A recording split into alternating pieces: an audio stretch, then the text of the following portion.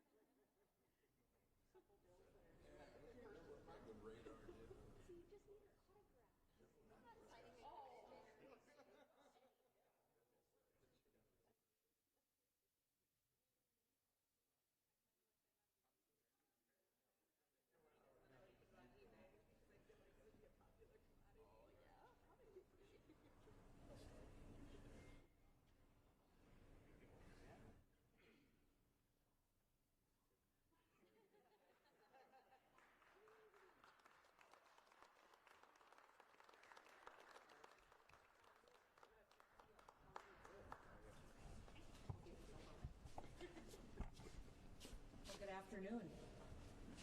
I want to thank everybody for being here today. This is a really special day for the state of South Dakota. We have the opportunity to sign into law legislation that's critically important to meet the challenges that we're facing in our workforce areas today.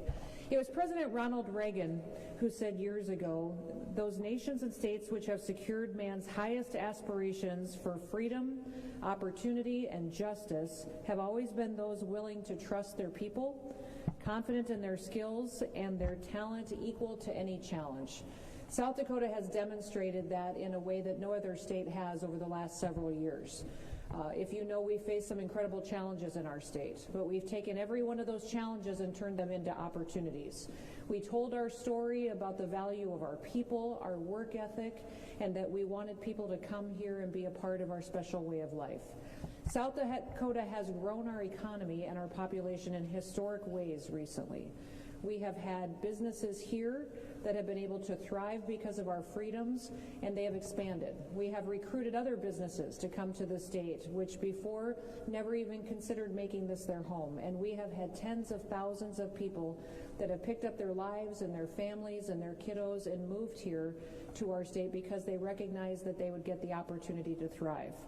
You know, we have had incredible growth in our economy, our state revenues. We've also been #1 in the nation for housing development that has come in to meet some of the needs that we've seen. We've seen our children outperform students in the classroom from across the nation, and we also have seen incomes going up faster here in South Dakota than any other state. Those are all really good news.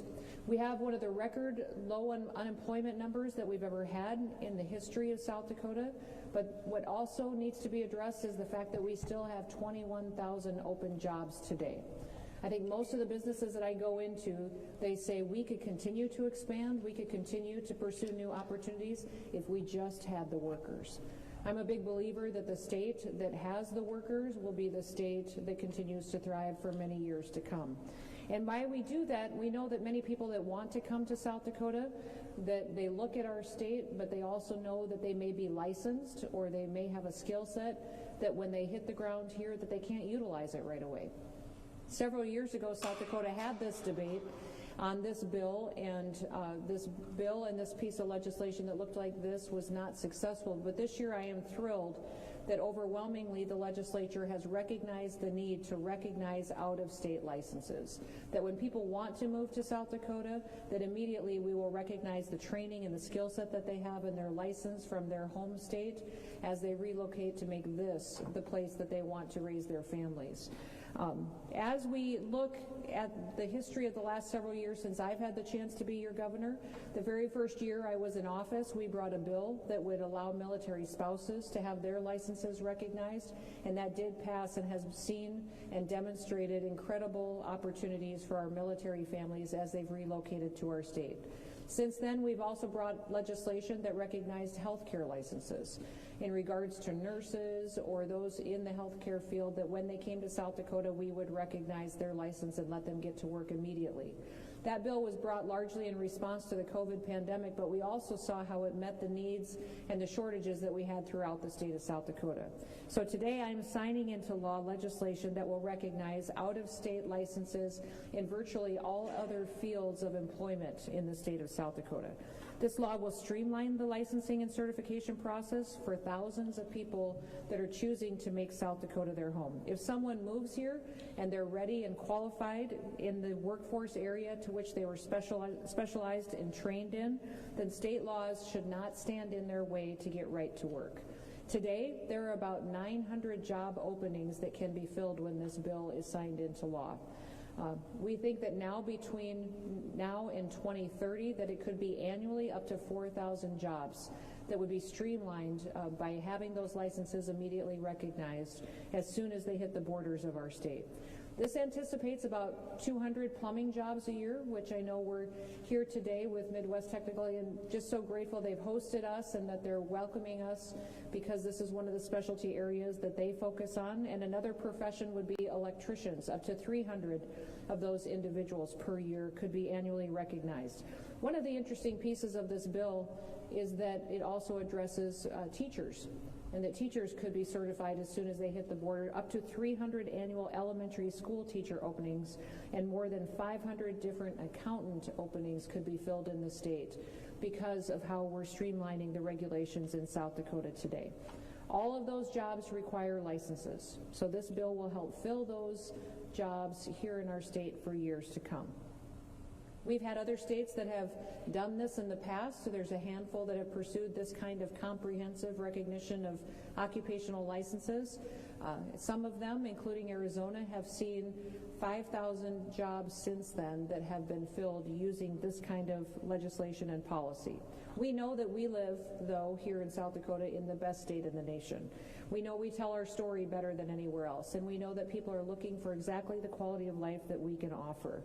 We're going to continue to attract people to our state, to make them have the ability to come here and to thrive and to pursue their skill set and fulfill the American dream that they've always had for their families. I'm excited that we've had some real leaders in the legislature that have helped champion this legislation. We have Senator Jim Stalzer is here today. He was the prime sponsor in the Senate getting it through the process this year, and also Representative Tyler Tortson is here. There he is. Look at him. They're like two pillars, not just on either side of me, but in the state. But it matters who sponsors these bills and stands up and champions them, because if they are respected, if they have integrity, and if they have credibility, their colleagues listen.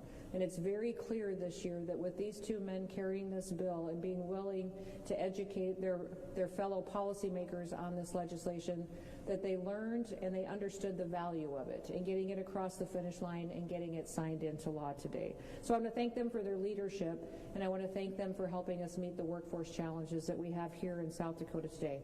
I'm hopeful that very soon we'll stand in front of you and talk about all the great and wonderful people that have come to our state because of legislation much like this.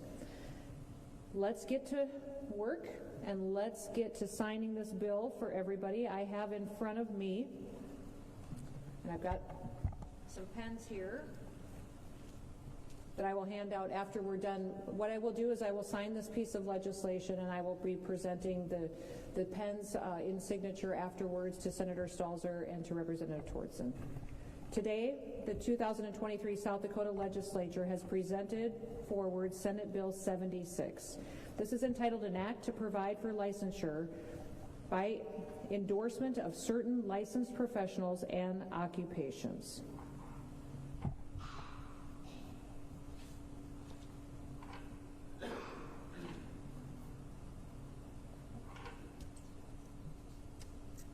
Senator Stalzer, thank you and congratulations.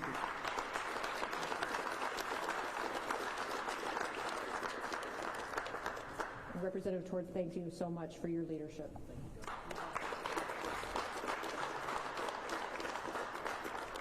So let's get a picture real quick. Come on over here. Chad, you ready? 3, 2. Now, I've asked these gentlemen if they wanted to say anything today at the podium, and they said no, but I'm going to make them anyway. So that's how I operate. So, Senator Stalzer, would you like to share a few words? I know we told you no, but Beth told us we had to speak, so nobody tells Beth no. I first got involved with this with friends in the Arizona legislature who had passed similar legislation. And in one of the press questionnaires, I mentioned that I was interested in working on this, and I think within 2 days I was having lunch with Rachel from the governor's office, wanting to know if we were on the same page and asking if we would work together on this. And so I want to thank the governor's office for tremendous cooperation in doing this and their support, and also Tyler for jumping in when I think for freshmen it's quite an undertaking, but he has a lot of potential, and I'm very happy to work with him.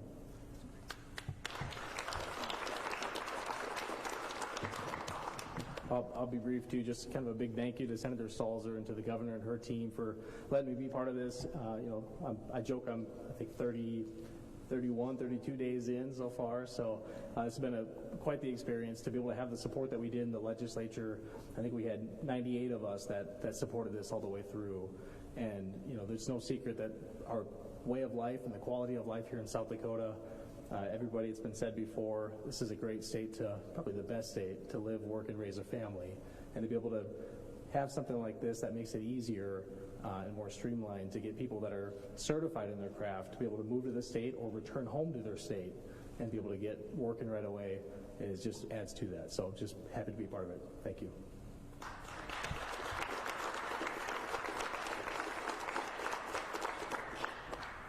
I will open up the microphone for anyone else that would like to share any thoughts. No, we don't have a bunch of...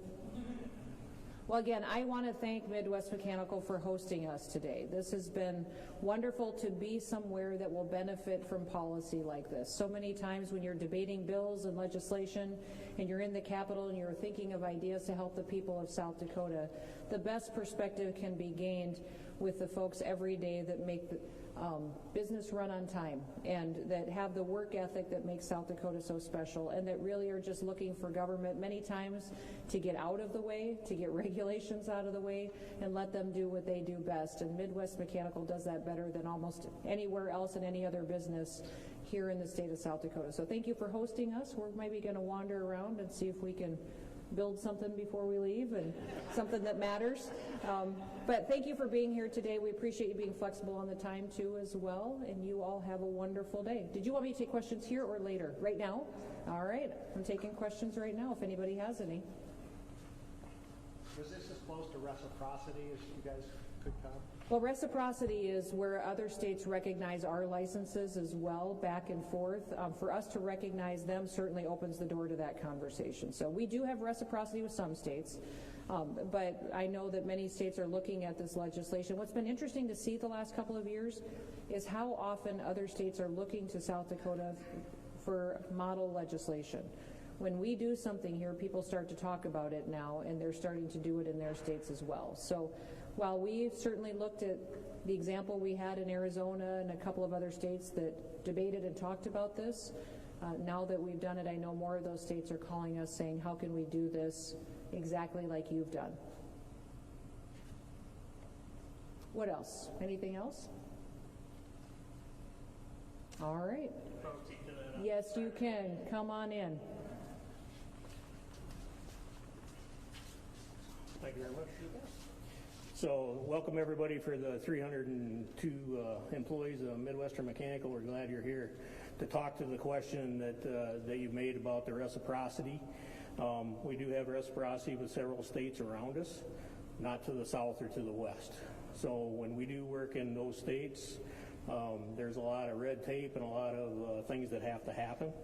And a bill like this will do a lot of good if it spreads. And I'm hoping everybody in the nation gets on the bagwagon and follows us and follows the governor and the great legislatures that we have that brought it to law. Tell us a little bit about Midwestern. Midwestern Mechanical is going to celebrate its 40th year in business this summer. We're located in 4 locations: Sioux Falls, Rapid City, Spencer, Iowa, and Sioux City. We cover about 4 states in the upper Midwest. 300 and some employees. We specialize in commercial plumbing mostly, but we do air conditioning at some of our locations, mainly Rapid City and Spencer. We do fire protection systems, and we cover probably a 4 or 5 state area in the upper Midwest. So tell you a little bit about us, but we've been around a little while. Yeah, that's good. Any questions? Can you identify yourself for like the Oh, Ken Amundsen, president of Midwestern Mechanical. Thank you. That's great. Thank you, Ken. Ken was supposed to introduce me, and I just decided he didn't need to. You all probably knew who I was, so. That was fine with me. Yeah, I know. I figured it was. As I was cutting stuff out of your introduction, I thought, I don't even know why we're doing this, so shouldn't put the guy on the spot. Well, thank you. Thank you for being here, and you guys have a wonderful day, and I'll stick around for a little while in case any of you want to chat.